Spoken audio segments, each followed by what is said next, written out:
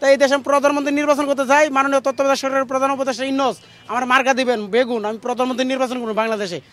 নির্বাচন কমিশনের সামনে মানুষের ভিড় দেখে কৌতূহলী রিকশা চালক কিছুক্ষণ পরিস্থিতি পর্যবেক্ষণ করেন। তারপর তার ঘোষণা, প্রধানমন্ত্রী পদে লড়বেন তিনি। আগামী নির্বাচনে অংশ নিতে দল হিসেবে নিবন্ধন পেতে এবছর মার্চ থেকে পরের কয়েক মাসে নির্বাচন কমিশনে আবেদন করেছিল ১৪৩টি রাজনৈতিক দল। দীর্ঘ তদন্তের পর ১০ নভেম্বর মাত্র ৩টি দলকে নিবন্ধন দেওয়ার সিদ্ধান্ত জানায় ইসি।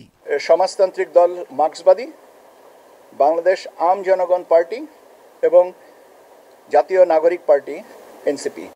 কমিশনের ওই সিদ্ধান্তের পর আমরণ অনশনের ঘোষণা দিয়ে রাতেই আগারগাঁওয়ের নির্বাচন ভবনে চলে যান আম জনতার দলের সাধারণ সম্পাদক তারেক রহমান। এই কমিশনাররা হোটেল শেরাটনে গোপন মিটিং করেছে। কি ছিল সেই মিটিং এর বিষয়বস্তু আমরা জিজ্ঞাসা করছি, কেন তারা সেই মিটিং এ গিয়েছিল, কত টাকা লেনদেন হয়েছে। আম জনতার দলের দাবির প্রতি সমর্থন জানিয়ে সেখানে উপস্থিত হন গণ অধিকার পরিষদের রাশেদ খান। জানান, পাল্টে ফেলতে হবে নিবন্ধনের শর্ত। যদি কোনো দলকে নিবন্ধন দিতে হয় তার ১ নম্বর শর্ত হতে হবে রাজপথে সে কতটুকু সক্রিয় ছিল।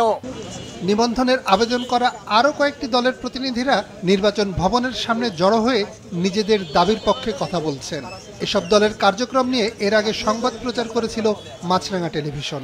সেখানে দেখা গেছে ভবনের ছাদে মার্কেটের দোকান কক্ষ ভাড়া নিয়ে সাইনবোর্ড টাঙিয়ে নতুন অফিস বানিয়েছে।